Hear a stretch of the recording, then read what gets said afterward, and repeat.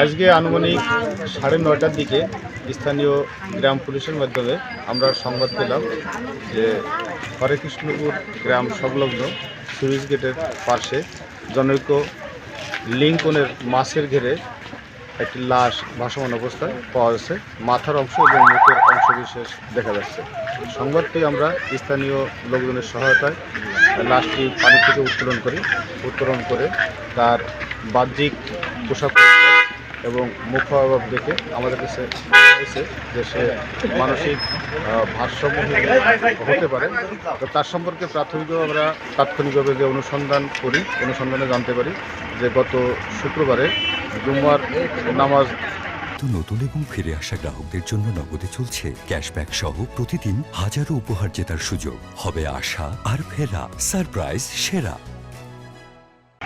আদায় করতে যারা গিয়েছিলেন এই মুসল্লিরা তাকে বিস্কিট হাতে ভারসাম্যহীন অবস্থায় বিক্ষিপ্ত অবস্থায় এখানে রাস্তায় চলাফেরা করতে দেখেছে।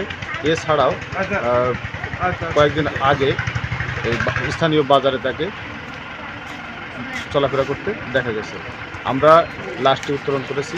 তার পিএম শেষে ইনকোয়েস্ট শেষে ময়নাতদন্তের ব্যবস্থা গ্রহণ করব এবং পিবিআই এবং যে সমস্ত এক্সপার্ট ইউনিট আছে সিআইডি সহ তার আইডি শনাক্ত করার জন্য চেষ্টা করছি এবং পরবর্তীতে আইনগত ব্যবস্থা গ্রহণ করা হবে।